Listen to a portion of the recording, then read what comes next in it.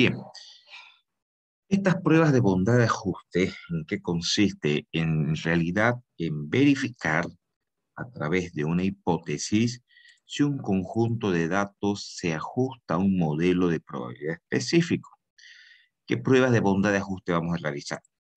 Vamos a hacer una prueba de bondad de ajuste a la distribución uniforme, a la distribución binomial, a la distribución Poisson, a la distribución normal y también a una distribución exponencial y una prueba de bondad de ajuste para proporciones, ¿sí? Son las 6 pruebas de bondad de ajuste que vamos a realizar en este tema. Muy bien, les decía que en realidad consiste entonces verificar a través de una prueba de hipótesis si un conjunto de datos ajusta a un determinado modelo de probabilidad. Vamos a empezar ahora viendo la prueba de bondad de ajuste a una distribución uniforme. En realidad, la distribución uniforme, o también llamada distribución equitativa, justamente se trata de eso, de verificar una distribución equitativa entre las diversas categorías que conforman el conjunto de datos. Vamos a un ejercicio específico. Dice, durante los días de una semana se verifica la cantidad de personas que utilizan un determinado cajero. Con los siguientes datos, verificar al 5% de significación si la utilización del cajero es equitativo durante los días de la semana.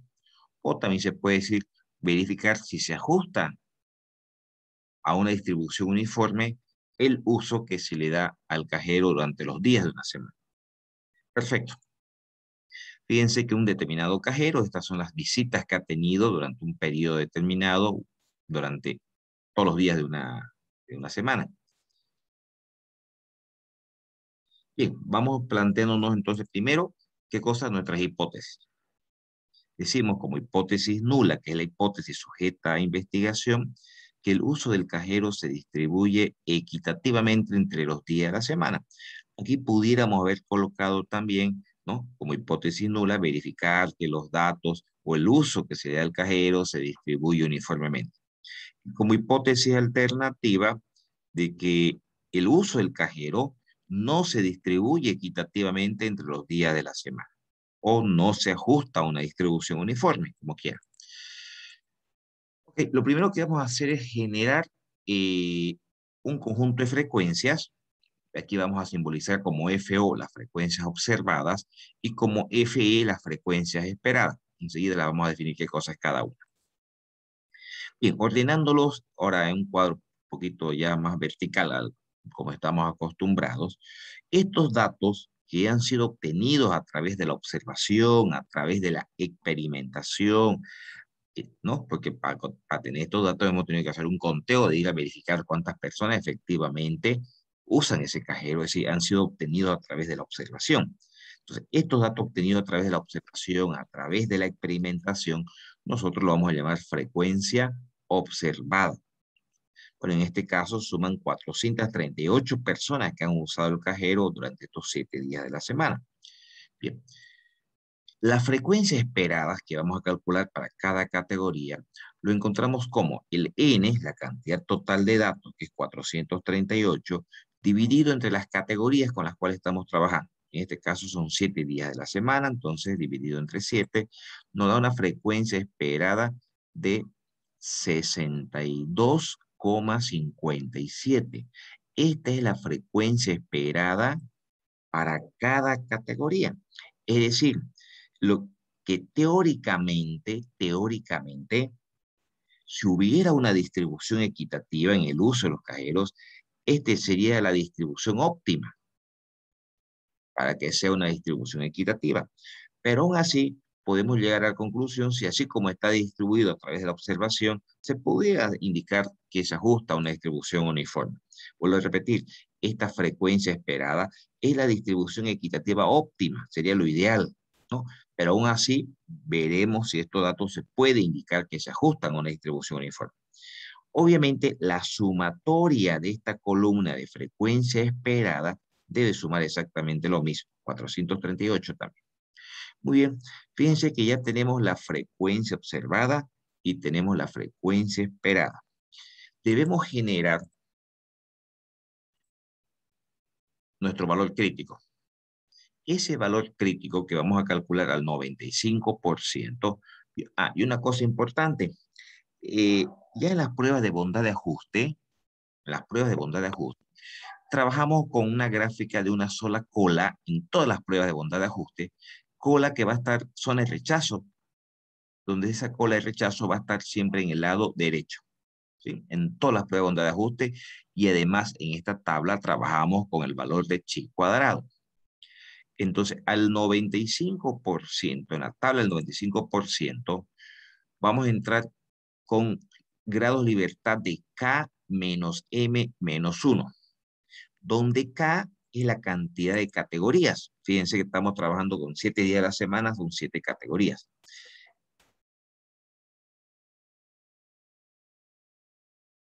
Donde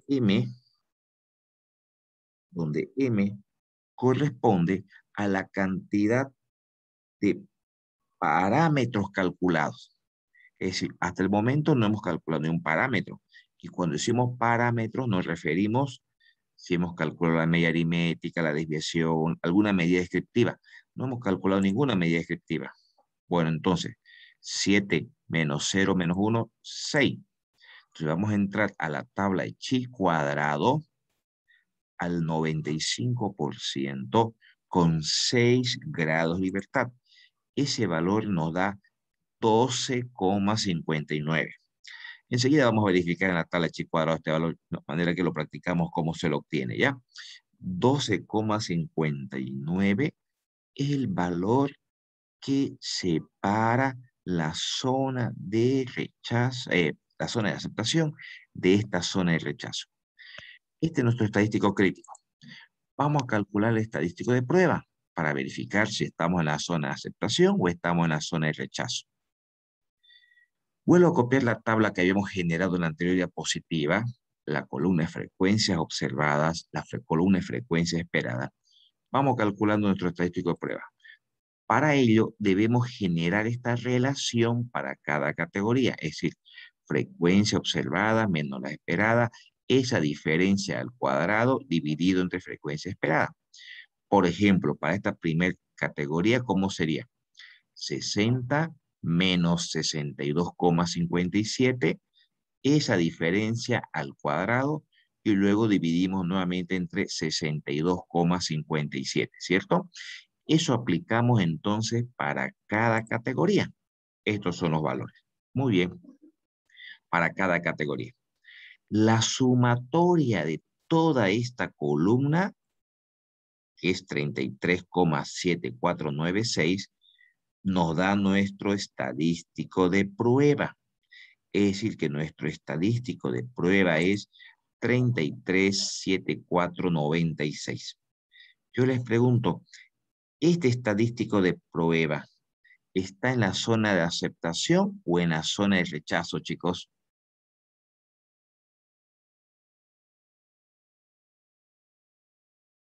¿Qué dicen? Rechazo. En la zona de rechazo, ¿cierto? ¿Sí? Está en la zona de rechazo. Entonces, decimos entonces que se rechaza H sub 0, se acepta H sub 1, por lo que existen suficientes evidencias para indicar que las cantidades de personas que usan el cajero automático no se distribuye equitativamente entre los días de la semana o no se ajustan a una distribución uniforme. Conclusión a la cual hemos llegado al 5% de significación. Muy bien, voy a abrir la tabla para que podamos verificar el uso de la tabla de chi cuadrado. Voy a cerrar esta ventana primero. Ya, ok. Voy a abrir, me olvidé de abrir la tabla de chi cuadrado. Ya tengo dónde está. Estoy buscando.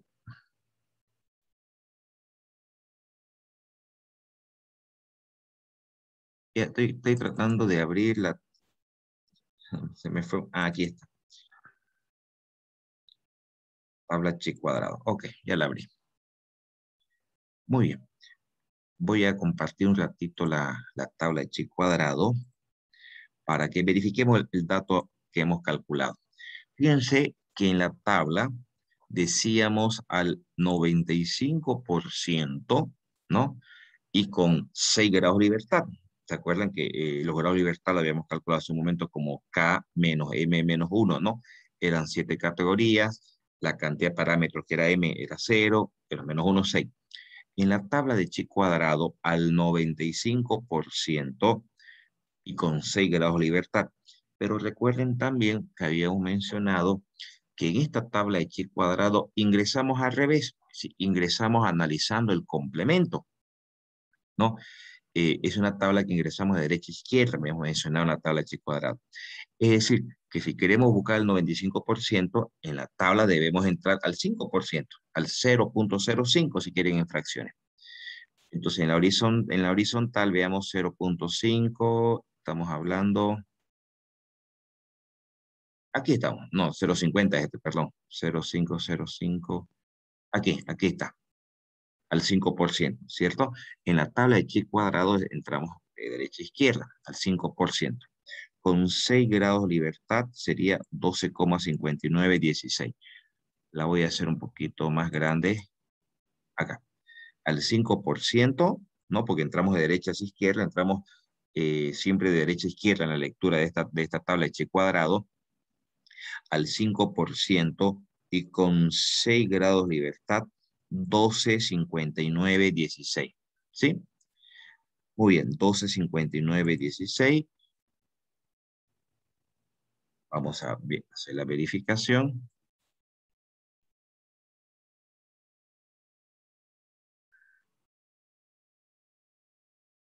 Ok, fíjense, 12,59. ¿Sí? ¿Por qué? Vuelvo a recalcar, ¿por qué el 5%? Porque en esa tabla de chi cuadrado dijimos que se lee de derecha a izquierda. Si bien nosotros queremos al 95%, pero como se lee esa tabla de derecha a izquierda, partimos de acá, de la derecha, pues hasta llegar al punto crítico hemos avanzado un 5%. Por eso decimos se entra con el complemento. ¿Ya? ¿Alguna consulta, chicos, de este ejercicio? ¿Se entiende, no? ¿Sí? Ok. Pero vamos a analizar dentro de esta misma prueba de bondad de ajuste otro caso. Fíjense, dice, en la siguiente tabla se encuentran tabulados las edades de las personas que corresponden a una determinada población. Verificar si se encuentran distribuidos equitativamente. ¿Cuántas categorías tenemos? Una, dos, tres, cuatro, cinco, seis, también 7 categorías. Pero acá hay una gran diferencia con el ejercicio anterior y no es necesariamente el hecho que sean cuantitativos los datos, que si, sino que la diferencia hay en que el ancho que tiene cada intervalo es diferente. Si los anchos de clase que tuvieran todos los intervalos fuera el mismo, no hubiera ningún problema con el ejercicio, procedemos exactamente igual que el anterior. Vuelvo a repetir, el problema aquí es que hay diferentes anchos de clase. No es lo mismo que tengamos 11 frecuencias de 10 a 20 que lo hubiéramos tenido de 10 a 30. No. Entonces, como son anchos de clase diferentes, entonces como que el peso, la importancia, el rango de cada intervalo es también pues diferente, porque son anchos de clase diferentes. Por lo tanto, si bien estas frecuencias absolutas para nosotros va a ser la frecuencia observada, ¿por qué observada? Porque ya habíamos dicho, ¿no? Estos datos de aquí, estas cantidades de frecuencias para cada categoría, lo hemos obtenido a través de la observación, a través de una encuesta, a través de la experimentación. Entonces, estos datos, esto que es frecuencia absoluta para nosotros, será la frecuencia observada, es la frecuencia observada. Entonces nos planteamos nuestras hipótesis. Las edades se distribuyen equitativamente o las edades no se distribuyen equitativamente. ¿Sí? Como hipótesis alternativa. Bien, calculando las frecuencias esperadas, estas frecuencias esperadas son las frecuencias que se esperan según el modelo que trabajamos. Entonces, ¿qué quiere decir? Como estamos en la distribución uniforme, cómo deberían ser estas frecuencias en forma óptica? Es, es decir, las frecuencias teóricas, para que se ajuste óptimamente a un modelo uniforme. Esa frecuencia esperada que aún en el anterior ejercicio decíamos el n dividido entre la cantidad de categorías, aquí no aplicamos directamente eso, se vuelvo a repetir, porque los anchos de clase en cada categoría son diferentes. Si fueran exactamente los mismos, no habría mayores problemas. Todos los anchos son iguales, no hay ningún problema. Pero bien, entonces, ¿qué hacemos? Esas frecuencias esperadas, vamos a generarlas. Si nosotros revisamos un poquito los anchos de clase de cada categoría, fíjense que la primera categoría tiene un ancho de clase de 10, de 20, de 15, de 10, de 15, de 5 y de 15. La hemos ido colocando acá. Bien. Calculemos un mínimo, o en todo caso un máximo común divisor sería un máximo común divisor entre 10, 20, 15 y 5, chicos. ¿Cuánto es el máximo común divisor entre todos estos valores?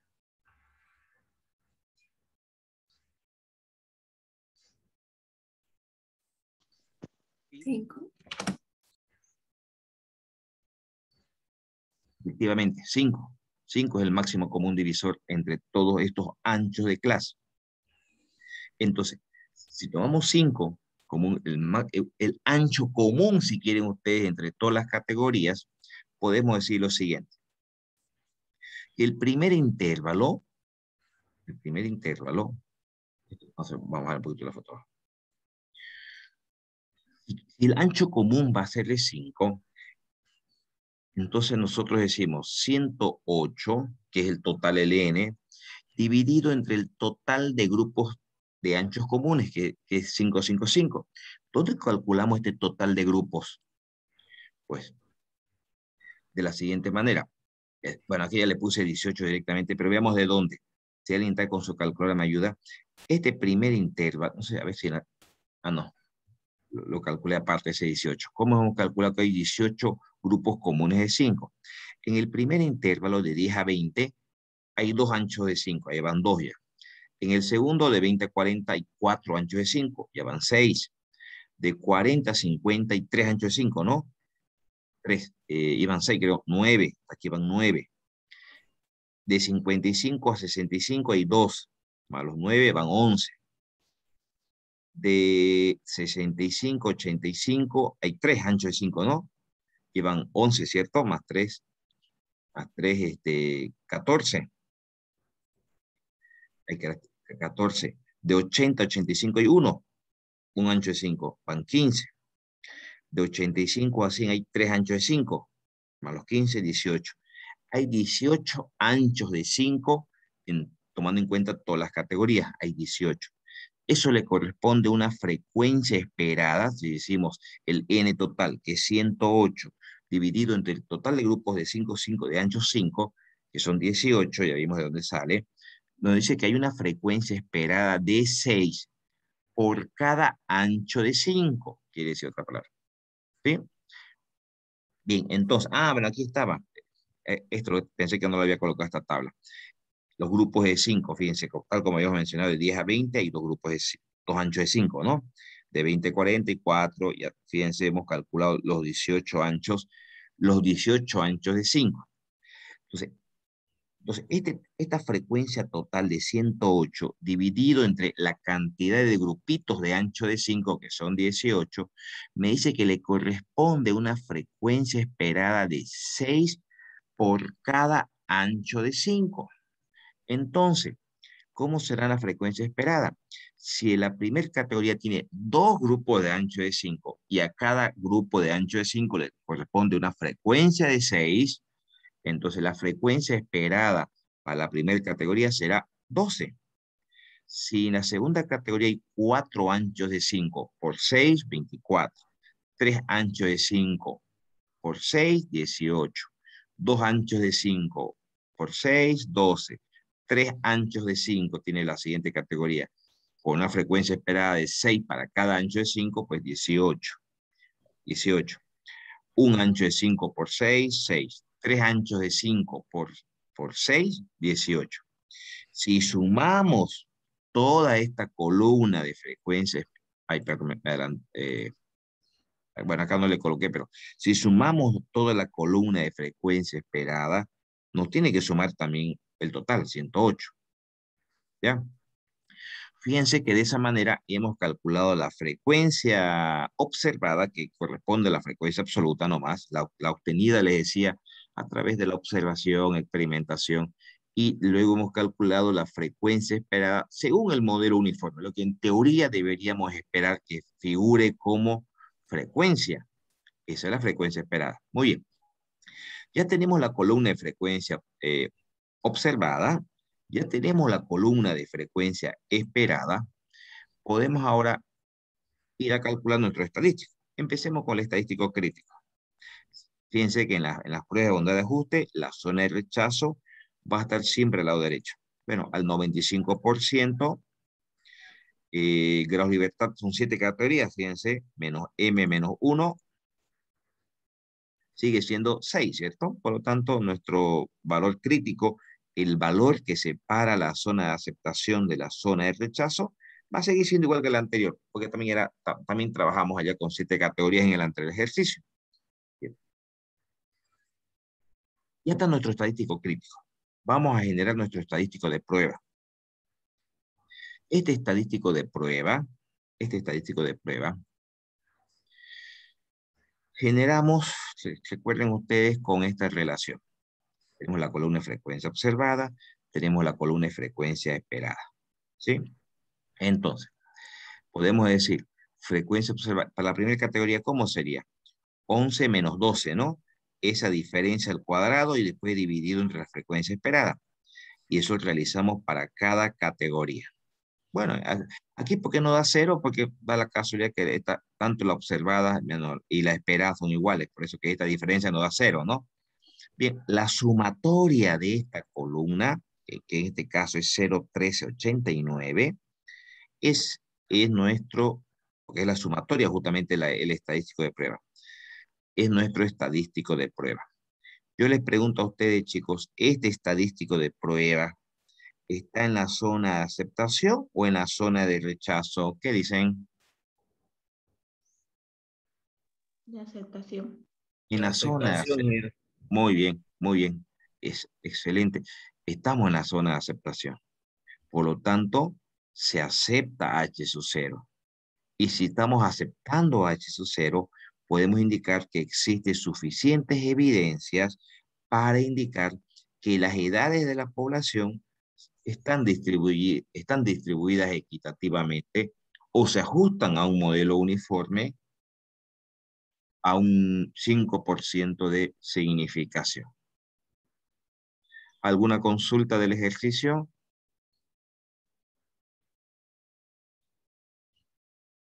¿Se entiende, ingeniero? Perfecto. Bien.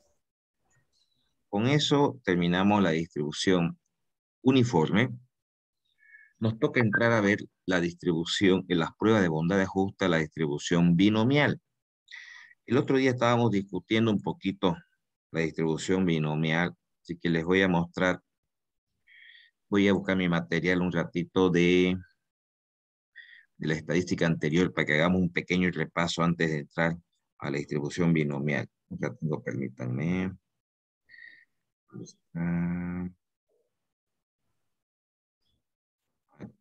Aquí está.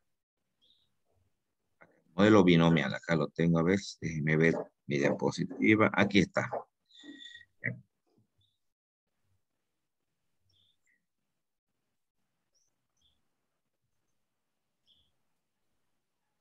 Ok, ok.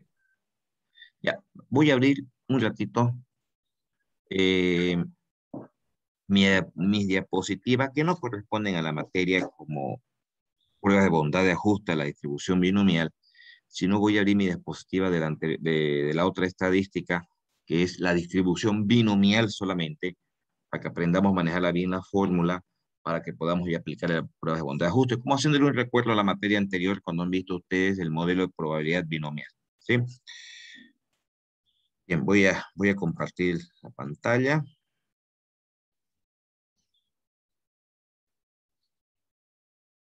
Ok. La distribución binomial. Bien. Este modelo de probabilidad tiene algunas características importantes. Cuando ustedes, estoy seguro que han visto, cuando han entrado a probabilidades, después que pasaron probabilidades, pasaron la probabilidad condicionada o Treme-Bayes, entraron a ver los modelos probabilísticos. Dentro de esos modelos probabilísticos, uno de los primeros que vieron, fue la distribución binomial. ¿Sí? Esta distribución binomial tiene algunas características importantes que es bueno que las tengamos claros para poder entrar a ver su prueba de bondad de ajuste. Primero, en esta prueba solo se tienen dos posibles resultados. Uno es el éxito y otro es el fracaso. Si yo lanzo un dado y me interesa sacar un 5 cuando lanzo un dado, el sacar un 5 es un éxito. Cualquier otro número que saque diferente al 5 es un fracaso. Entonces, aquí en el modelo binomial se enfocan los experimentos probabilísticos en función a dos posibles resultados, éxito o fracaso. Siguiente. La probabilidad de éxito se mantiene constante en cada ensayo, en cada repetición. Es una condición imprescindible para el modelo binomial. Y la probabilidad de éxito se debe mantener constante en cada ensayo. ¿Qué quiere decir eso? A ver, recordando un poquito del concepto de probabilidad, chicos, si yo lanzo un dado y me interesa sacar el 5, ¿qué probabilidad tengo de sacar un 5 cuando lanzo un dado? ¿Quién me ayuda? Estoy jugando, si quieren ustedes, al cacho, lo que ustedes gusten, y tengo un dado. Voy a lanzarlo ese dado y me interesa sacar 5. ¿Qué probabilidad tengo de éxito? ¿Qué probabilidad tengo de que si voy a lanzar el dado, me salga un 5? Un sexto. Muy bien, excelente, un sexto, ¿no? Casos favorables sobre el número total de casos. Definición clásica de probabilidad. Porque el dado tiene una sola cara de número 5. Hay solamente un caso favorable de un total de 6 casos o 6 caras que tiene el dado. Un sexto, perfecto. Muy bien. Y si lanzo el dado por segunda vez, de que la segunda vez que lance me salga otra vez un 5, ¿qué probabilidad es? Un sexto también. Muy bien, lanzo de nuevo el dado por tercera vez y la probabilidad que me salga un 5 también es un sexto. Entonces, la probabilidad individual de éxito a través de cada uno de los ensayos es un sexto. Es un sexto. A ver, supongan ustedes un examen de estadística teórico de 4 incisos, donde ustedes tienen que marcar de selección múltiple, donde ustedes en cada pregunta deben seleccionar la pregunta correcta. Vamos a suponer que este examen, todas las preguntas tienen 4 incisos, de 4 alternativas de selección, donde ustedes deben seleccionar una. ¿Sí? Muy bien. Vamos a suponer que hay un estudiante que no ha estudiado nada y que va a empezar a encerrar en forma aleatoria. La pregunta número 1 tiene 4 alternativas. El estudiante no sabe absolutamente nada de la materia, no estudió, por lo tanto va a elegir al azar. ¿Qué posibilidad tiene ese estudiante de atinarle, como diríamos vulgarmente, a la respuesta correcta, sabiendo que solamente una es la correcta y hay 4 alternativas, chicos? 25% o un cuarto. Muy bien, perfecto. 1 de 4, muy bien. Y si la pregunta también tiene 4, la misma situación, la segunda pregunta, 4 alternativas y una es la correcta. ¿Cuánto sería? 25% también, ¿no? ¿Cierto? Y bueno, ok, si fue a la tercera, también tiene 4 alternativas y solamente una es la correcta. ¿Qué posibilidad hay de atinar a la tercera? También 25%.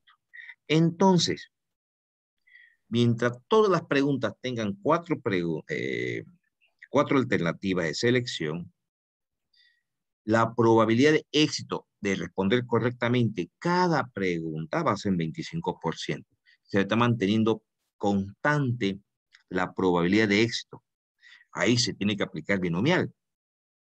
Pero bastaría que una de las 10 preguntas que tenga el examen, bastaría que una, de repente la quinta, la pregunta 5 no tiene 4 alternativas, tiene 5 alternativas y una es la correcta. ¿Cuál sería la probabilidad de éxito en la pregunta 5, sabiendo que tiene 5 alternativas y una es la correcta? ¿Cuánto sería? Un quinto. Un quinto. Fíjense que había 10 preguntas, pero hay una que varía su probabilidad de éxito. Ahí ya no se puede aplicar binomial, ¿cierto? Eso ustedes lo han aprendido cuando han visto los modelos de probabilidades. Habrá que analizar si analizamos la hipergeométrica o la multinomial, pero binomial no, porque no se mantuvo constante, por más que sean una de las 10, no se mantuvo constante la probabilidad de éxito a través de sus ensayos, a través de sus repeticiones. ¿Sí? Bueno, eso un poquito haciéndoles recuerdo cuando ustedes han estudiado el modelo binomial. Ahora, las repeticiones son independientes, claro. Es decir, cuando ustedes lanzaron el dado por segunda vez, de la forma como hubieran lanzado el dado la primera no les influye en el resultado del segundo lanzamiento, ¿cierto? ¿O acaso el hecho de que le hubiera salido un 4 en el primer lanzamiento le va a influir al número que le va a salir en el segundo lanzamiento? Claro, no le influye, son independientes los ensayos. El hecho de que le hubieran atinado en la primera pregunta al responder ese examen, ¿será que eso va a influir de que usted la tiene o no la tienen en la segunda? No, son ensayos totalmente independientes.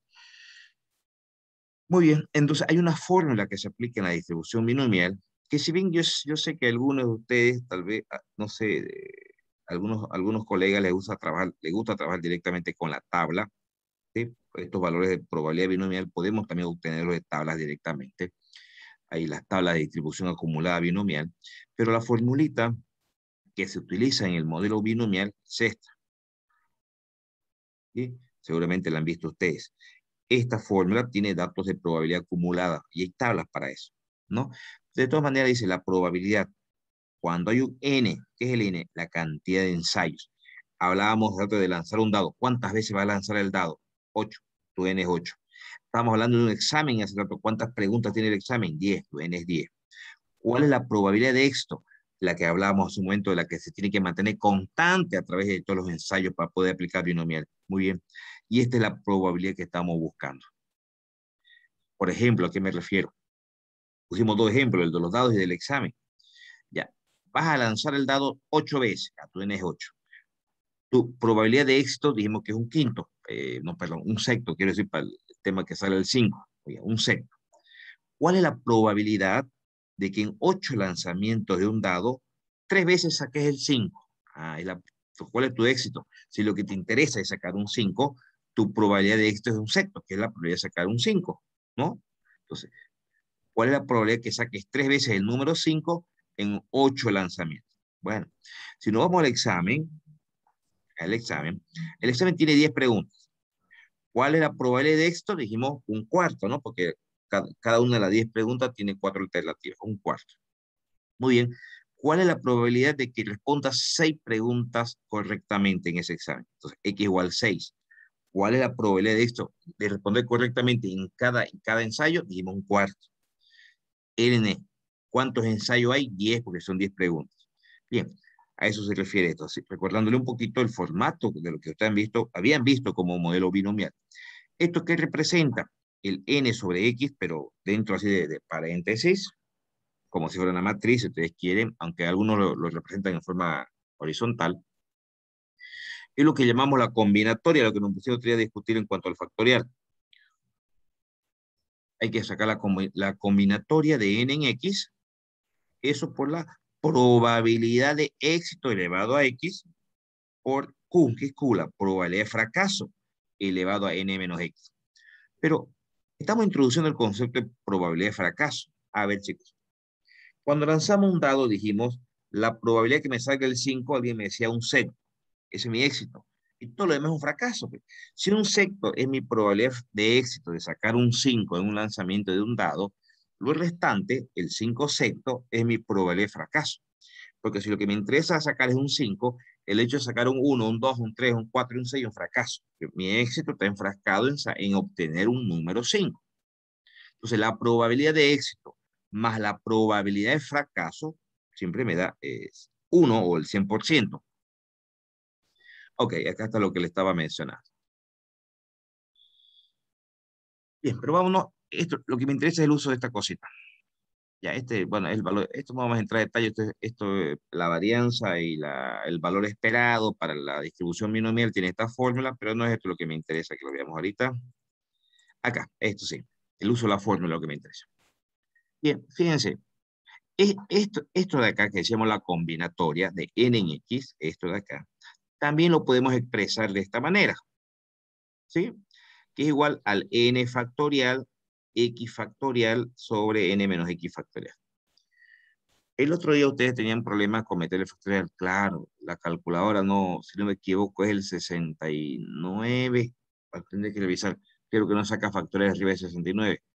Pero a ver chicos, escúchenme una cosita. Si meten todo directamente a la calculadora, se lo va a calcular. O si simplifican. Si yo les digo factorial de 5, chicos, ¿cómo lo calculan ustedes sin aplicar el factorial así manualmente? Si le digo factorial de 5, ¿qué es un factorial? ¿Cómo me calculan el factorial de 5?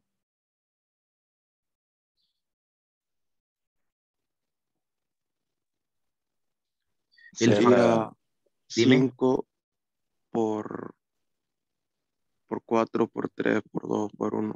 Excelente. El factorial de un número es el producto de los números naturales hasta ese número.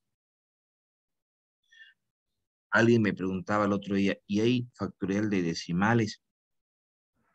No, fíjate el concepto. Es el producto de números naturales. El factorial es un número que se obtiene de números naturales y es el producto de números naturales hasta llegar a ese número. Y los números fraccionarios no son números naturales. ¿Cuáles son los números naturales, chicos?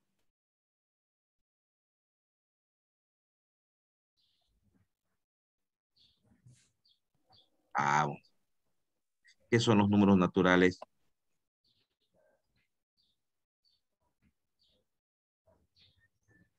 ¿Los números con los que se puede contar o los números enteros?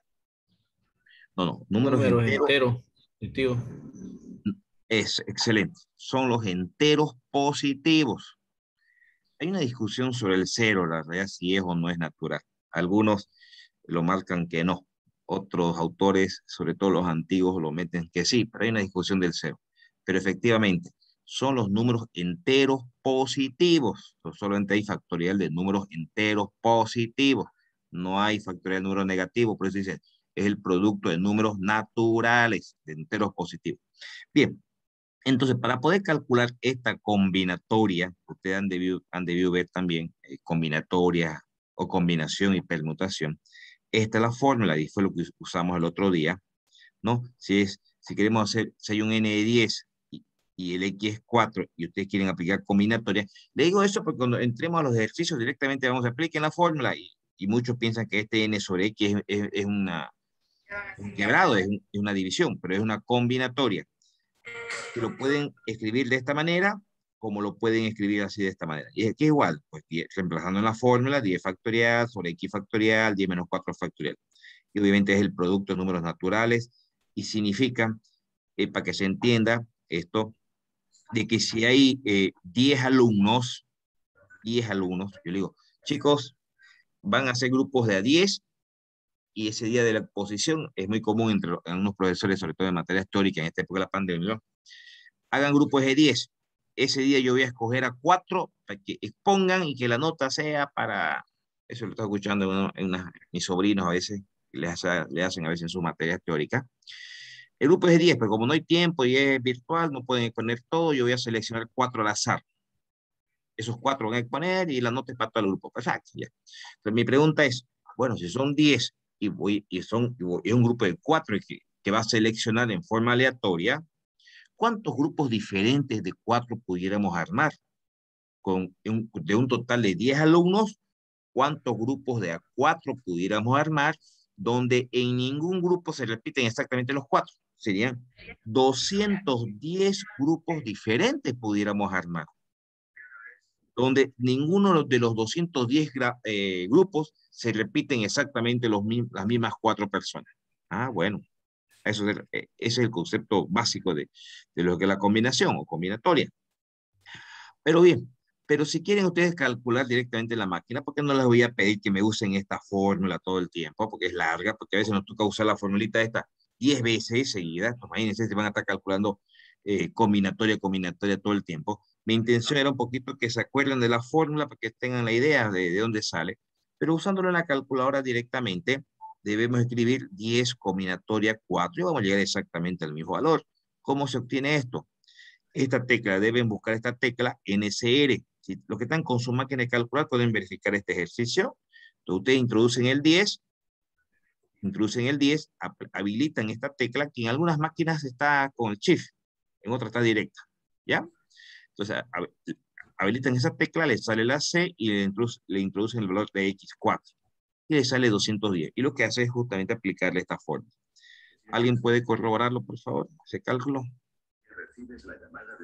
Sí, ingeniero, sale 210. Sí, muy bien. Eso se lo digo con el afán de que no me tengo ya usando esta fórmula, porque ese era poquito para que sepan de dónde sale la fórmula de combinatoria. Pero, pero les digo que ya en el desarrollo de la prueba de bondad de ajuste nos va a tocar calcularlo muchas veces, entonces ya para darle agilidad al proceso de cálculo. Don Marcos David, por favor, su micrófono.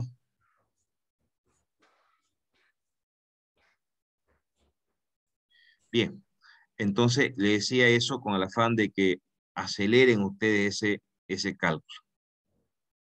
Ok, bien, voy a salir de estas diapositivas, voy a dejar de compartir esto. Eso era simplemente con el afán de acelerar el paso para que entremos al ejercicio de distribución binomial.